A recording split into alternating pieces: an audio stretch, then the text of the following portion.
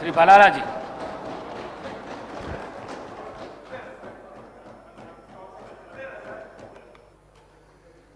Speaker Sahab, I take the opportunity to participate in the motion of thanks on the governor address, sir. Sir, it is for the first time in the history of Telangana legislature and also the earlier United Andhra Pradesh, the Honorable Governor has delivered his speech in three languages, Hindi, Telugu, English, honoring three formal languages, sir. Speaker साहब, governor के address में के लिए एक बात ambitious vision पेश करता है। इसमें प्रजा पालना और स्टेट को 2034 तक $1 ट्रिलियन इकोनॉमी और 2047 तक 3 ट्रिलियन इकोनॉमी बनाने का टारगेट बताया गया है। एड्रेस के मुताबिक 2025-26 से में स्टेट का जीएसडीपी 17.82 लाख करोड़ है, ग्रोथ रेट 10.7% है और पर कैपिटा इनकम 4,18,931 है। डेप्थ कितना है नहीं बताया गया, इसमें डेप्थ कितना है नहीं बताया, लेकिन सिर्फ टारगेट बताना काफी नहीं है। एक इंपॉर्टेंट सवाल यह है कि $1 ट्रिलियन गोल को अचीव करने के लिए क्लियर इकोनॉमी रोड मैप क्या है, उसका कोई तफसीलात नहीं है। रिपोर्ट के मुताबिक स्टेट का डेप्थ 25-26 तक जीएसडीपी का लगभग 28.1% हो सकता है, इसलिए फाइनेंशियल सस्टेनेबिलिटी पर भी क्लियरिटी जरूरी है।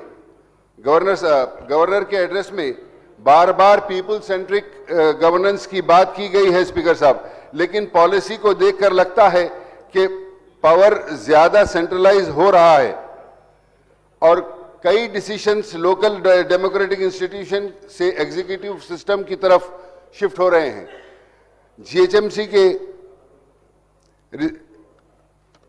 जीएचएमसी के और नए म्युनिसिपल कॉरपोरेशन बनाने के बाद भी कही गई है, लेकिन ये क्लियर नहीं है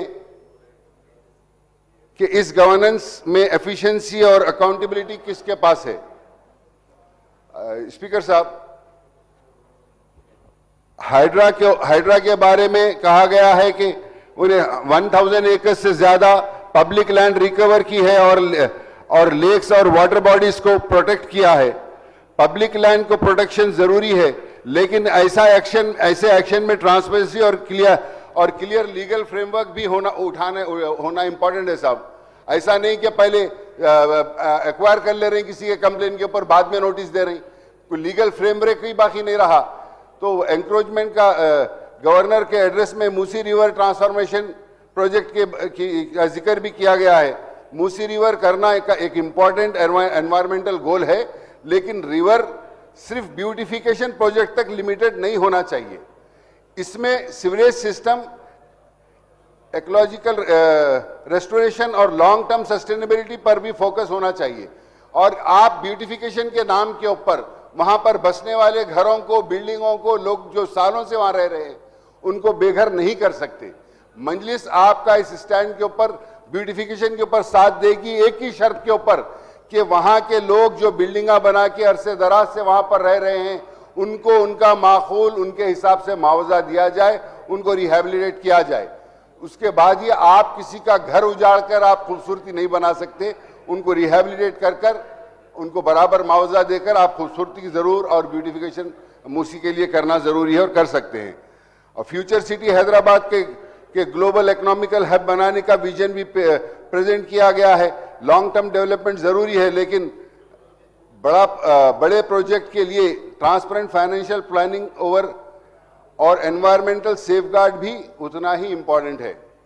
स्पीकर साहब, गवर्नर एड्रेस का एम्बिशियस विजन दिखाता है, लेकिन विजन को सक्सेसफुल बनाने के लिए क्लियर प्लान, ट्रांसपेरेंसी और ट्रू पीपल सेंट्रेड इंप्लीमेंटेशन जरूरी है। स्पीकर साहब, गवर्नेंस और प्रजा पालना पर सवाल। एड्रेस के शुरुआती पैराग्राफ, एड्रेस के शुरुआती पैराग्राफ में तेलंगाना के फॉर्मेशन के जज्बा, सेल्फ गवर्नेंस और बराबरी की बात करते हैं। कहा गया है कि सरकार सिटीजन को सेंटर में रख रही है, लेकिन आज हैदराबाद को जिस तरह चला रहा है उसे शहरी खुद डेमोक्रेसी का एक हिस्सा नहीं बल्कि स्टेट का एक सामान के सब्जेक्ट समझ महसूस कर रहे हैं। स्पीकर साहब, पैराग्राफ 8 और 9 के अंदर प्योर रेयर मॉडल का जिक्र है। कहा गया है कि जीएचएमसी को तोड़कर 3 हिस्सों में साइबराबाद, मलकाजगिरी और जीएचएमसी में बांटा गया है। साथ ही एक नया क्योर एक्ट लाया जा रहा है जो एचएमडब्ल्यूएस और हाइड्रा और जैसे एजेंसीज को एक फ्रेमवर्क के नीचे लगाकर सरकार इसे डिसेंट्रलाइजेशन का नाम दे रही है, लेकिन असल में ये एडमिनिस्ट्रेटिव कंसंट्रेशन है। इस हाउस को पूछना चाहिए कि इलेक्टेड बॉडीज की ताकत कहां गई? क्या ये मेगा फ्रेमवर्क सिर्फ एग्जीक्यूटिव की मर्जी चलाने के लिए बनाया गया है? आपको याद होगा स्पीकर साहब, गुज़िश्ता गवर्नमेंट ने भी इससे पहले म्युनिसिपल एक्ट को रिपल किया था, उसके अंदर भी तब्दीली लाई थी। उसके अंदर यहां तक कह दिया था कि अगर से गांव के अंदर म्युनिसिपालिटीज के अंदर अगर से बकरी झाड़ा खाती है तो कारपोरेटर को डिस्क्वालीफाई कर दिया जाएगा। तो खास तौर के ऊपर ऐसे इस आने वाले कानून के अंदर जो नया कानून बनाने की हुकूमत ये सोच रही है, ये देखा जाए कि लोकल बॉडी को एम्पावर किया जाए, ना कि उनके पावर्स खींचा जाए। उस तरीके का कानून ना बनाया जाए जो आवाम जिसको चुन कर लाती है उनके खिलाफ ही कानून हो, और कानून जो है एग्जीक्यूटिव के पास, एग्जीक्यूटिव के हाथ का खिलौना बनकर रह जाए। सब मूसी के अंदर, मूसी के लिए फेज 1 के अंदर 6,500 करोड़ 7,500 करोड़ खर्चा बताया गया है। 10,000 फैमिलीज मुतासिर अफेक्टेड होगी मूसी, मगर अपोजिशन का कहना है कि ये प्रोजेक्ट ₹1.5 लाख करोड़ तक जा सकता है।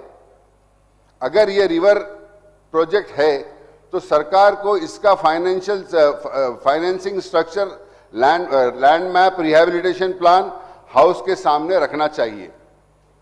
स्पीकर साहब, एक जिम्मेदार अपोजिशन होने के नाते हमें ये साफ कहना होगा कि तेलंगाना को एम्बिशियस की कमी नहीं है बल्कि कॉन्स्टिट्यूशनल ऑनेस्टी की कमी है। हैदराबाद को सिर्फ डेवलपमेंट नहीं बल्कि लॉफुल प्लानिंग चाहिए। इस गवर्नर एड्रेस का असली जवाब ये है कि अगर सरकार सीरियस है, हाइड्रा का लीगल कोड टेबल करे, hydra ward wise data release करे, म्युनिसिपल बिल्डिंग ट्रिब्यूनल और को शुरू करे और मूसी प्रोजेक्ट का पूरा फ्रेमवर्क दिखाए। जब तक ऐसा नहीं होता ये एड्रेस सिर्फ रफ्तार और भरोसे का एक दस्तावेज रहेगा जो कानूनी सफाई, लीगल क्लियरिटी और डेमोक्रेटिक बैलेंस में नाकाम है। स्पीकर साहब, साथ ही साथ मैं ये भी कहूंगा कि रोड, हमारे भी मसाइल, रोड वाइंडिंग के वर्क्स अभी तक पेंडिंग हैं। कई जगह के पर रोड वाइंडिंग होने का है। नए फ्लाईओवर्स, पुराने फ्लाईओवर्स की मेंटेनेंस कब तक कंस्ट्रक्ट हुई है, उनके प्रेजेंट स्टेटस क्या है? आज से 25-30 साल बने हुए फ्लाईओवर्स है, हालत उसकी बहुत खस्ता है। उसका मेंटेनेंस क्या कर रहे हैं? खुदा ना खास्ता कुछ हादसा हो जाएगा, कुछ फ्लाईओवर गिर जाएगा, उसके बाद हम पछताने से क्या फायदा? तो मैं आपके जरिए हुकूमत से कहूंगा कि जितने पुराने फ्लाईओवर्स हैं उसके मेंटेनेंस के लिए आप फंड एलोकेट करिए और उसका मेंटेनेंस बराबर तरीके से कराइए। चार मीनार पेडेस्ट्रियलाइजेशन प्रोजेक्ट एक ज़माने से पेंडिंग है। मैं हुकूमत से ये गुजारिश करूंगा कि आप उसको जल्दी करिए। पुरानी हुकूमत ने हमको चंडीगढ़ लेकर गया था चार मीनार पेडेस्ट्रियलाइजेशन के लिए, लेकर जाके यहाँ पर पेडेस्ट्रियलाइजेशन जोन है अमृतसर के अंदर, चंडीगढ़ के अंदर, तो वहाँ लेकर जाकर वहाँ पर बताए, लेकिन आज तक कुछ भी काम नहीं हुआ। मैं हुकूमत से कहूँगा कि वो फसाड बनाए, लाड़ बाजार को खूबसूरत करें। दुनिया का टूरिज्म की बात करते हैं हम, और टूरिज्म सबसे ज़्यादा टूरिस्ट वहीं पर आते हैं, लाखों की तादाद के अंदर वहाँ पर टूरिस्ट आते हैं, लेकिन उसको निगलेक्ट किया जा रहा है। उसको ब्यूटिफिकेशन कर फसाड का काम कराया जाए मैं हुकूमत का शुक्रिया अदा करता हूं कि उन्होंने पुराने शहर के अंदर मेट्रो का काम कराया, मेट्रो का काम चालू किया। मेट्रो के तहत 100 फीट रोड वाइंडिंग का काम चालू हुआ। रोड वाइंडिंग होने वाली जगहों पर अभी तक खंबे एज इट इज है, वो खंबे भी साथ के साथ निकालने का हुक्म दीजिए ताकि रोड वाइंडिंग सही तरीके से हो। और रोड वाइंडिंग के अंदर, रोड वाइंडिंग जहां भी हो रही है वहां पर रोड वाइंडिंग ऑडिट कराई जाए। हुकूमत सव्वों करोड़, हजारों करोड़ रुपए देकर जमीन रोड वाइंडिंग के अंदर ले रही है, लेकिन हमारे लोकल ऑफिसर की नाहेली बोलिए, निग्लिजेंस बोलिए, या उनका हैंड इन ग्लव्स बोलिए, उसकी वजह से रोड वाइंडिंग में अगर से कोई आधी रोड वाइंडिंग में पैसे लेकर जमीन गवर्नमेंट को बेचता है, उसके बाद फिर वो जमीन इंक्रोच हो जाती है। तो उसका मतलब क्या है इसका इतना खर्चा करके रोड वाइंडिंग कराना? रोड वाइंडिंग का ऑडिट करना जरूरी है। मजलिस मुतालबा करती है कि रोड वाइंडिंग अवाम को आसानी से आने जाने के लिए हो। आज हैदराबाद के अंदर ट्रैफिक का मसला ऐसा है कि एक जगह से दूसरी जगह जाने के लिए 1.5 2 घंटे हो रहे। मिनिस्टर्स को और आपको नहीं पता चलता, आप सायरन बजा लेते हुए चले जाते, लेकिन आम आवाम से पूछिए, दिन के अंदर 2 काम नहीं कर सक रही। एक जगह से दूसरी जगह जाने के लिए 2 3 घंटे, 2 घंटे ट्रैफिक के अंदर हो जा रहे। तो ट्रैफिक का रोड वाइंडिंग जहां भी हो रही है वो आवाम को गुजरने के लिए, ना कि रोड वाइंडिंग जिसकी दुकान के सामने या जिसके घर के सामने रोड वाइंडिंग हो उनके लिए पार्किंग स्पॉट ना बन जाए। वो आवाम को गुजरने के लिए सही राह उसको पैदा करें और इसके अंदर अकाउंटेबिलिटी हो कि जो ऑफिसर वहां का जिम्मेदार है, अगर उसके अंदर इंक्रोचमेंट होता है एक बार रोड वाइंडिंग होने के बाद, तो वो ऑफिसर को इसके अंदर अकाउंटेबल बनाया जाए। हॉकर्स फुटपाथ के ऊपर से भी पैदल राहगीरों को तकलीफ है। हमने हुकूमत से नुमाइंदगी की थी, मूसी का इतना बड़ा आप काम करा रहे हैं, मूसी के ऊपर चार मीनार पेडेस्ट्राइजेशन प्रोजेक्ट के अंदर जितने भी हॉकर्स है, अकबरुद्दीन अवैसी साहब ने उसके ऊपर हॉकर ब्रिज का मंजूरी करवाई थी। तो आप परसों सीएम साहब ने भी मूसी प्रोजेक्ट के ऊपर पूरा तफसीली बात की, लेकिन वो हॉकर्स ब्रिज का कोई जिक्र नहीं है उसके अंदर। तो हम ये चाहते हैं कि वहां पर जो है ना, आप मूसी ब्यूटिफिकेशन के अंदर ये this will be a feather on the cap of the Musi beautification. अगर आप वहां पर हॉकर्स के लिए जगह देंगे, हॉकर्स के लिए ब्रिज बनाएंगे, तो चार मीनार पेडेस्ट्राइजेशन के अंदर जो भी मुतासिर हॉकर छोटे व्यापारियां हैं उनको वहां पर रिहेबिलिट किया जाए। और आज तक कोई कमेटी नहीं बनाई गई है ताकि ये हॉकर्स के जो नए हॉकर्स की कमेटी कॉन्स्टिट्यूट करके हॉकर्स के जोन डेजिग्नेटेड करना है। पुलिस वाले आकर ट्रैफिक के नाम के ऊपर, ठीक है ट्रैफिक तकलीफ हो रही है, हॉकर्स से तकलीफ है, लेकिन उनका भी तो एक रोजगार का मसला है, उनके लिए भी तो सोचना हुकूमत का और हमारा ही काम है। आप इसके लिए एक जोन्स आइडेंटिफाई करिए और उसके साथ ही उनको जो है सो, ताकि उन्हें भी कारोबार अच्छे से कर सके और लोग भी, आवाम भी आसानी से रोडों पे चल सके। सैनिटेशन का हाल बदतर है, सैनिटेशन दिन पर दिन खराब होता जा रहा है। बिन फ्री सिटी बोलकर उन लोग, पिछली गवर्नमेंट जो है सो बिन सिटी फ्री बोलकर डस्टबिना निकाल दिए। अरे बिन फ्री करके क्या करना है? गार्बेज फ्री बनाइए। रोडों के ऊपर कचरा डाल दे रहे लोग, आप कचरे की कुंडी हटा दिए, कचरा रोडों पे आ जा रहा। तो बहरहाल मेरी हुकूमत से गुजारिश है कि आप जो है ना, सैनिटेशन के ऊपर खास तौर के ऊपर तवज्जो देते हुए सफाई का खास तौर पर इंतजाम किया जाए। सफाई वर्कर, सफाई कर्मचारी की बेइंतहा कमी है। मैं हुकूमत से, मजलिस इत्तेहादुल मुस्लिमीन की जानिब से ये मुतालबा करता हूं कि 60 फीट 60 फीट के जितने भी रोड्स है वो तमाम रोड को प्राइवेटाइज किया जाए। सफाई के अंदर, स्वीपिंग के अंदर तमाम 60 फीट, अब 60 एंड अबव 60 फीट के तमाम रोडों को, जैसा मेन रोडों को प्राइवेटाइज किया गया, ये रोडों को प्राइवेटाइज किया जाए और स्वीपिंग यूनिट्स बढ़ाया जाए। पुराने स्वीपिंग के वर्कर्स जो थे, तमाम वर्कर्स खत्म हो चुके हैं, कई वर्कर्स कम हो गए, कई वर्कर्स इंतकाल हो गया, कई रिटायर हो गए। तो जरूरी है स्वीपिंग यूनिट्स बढ़ाया जाए ताकि हम सैनिटेशन के ऊपर अच्छे से काम कर सके। हमने इससे पहले भी कई लेटर्स दिए हैं गोलकुंडा किले के अंदर कठोरा हाउस के ब्यूटिफिकेशन के लिए, लेकिन हुकूमत अब तक वहां पर कोई काम नहीं चालू की है। ये जरूरी है कि टूरिज्म के लिए और वहां के पुराने आसार खदीमा के और एक बेहतरीन जगह है, उसको डेवलप करने की जरूरत है।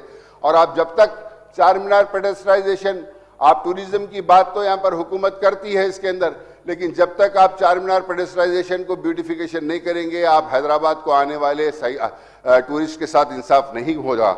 आपको ज़रूरी है कि पहले उसके अंदर चार मीनार ब्यूटिफिकेशन किया जाए, पेडेस्ट्राइजेशन का प्रोजेक्ट कंप्लीट किया जाए, फसाड का काम किया जाए और बाई लेन्स बाई रोड्स निकाला जाए।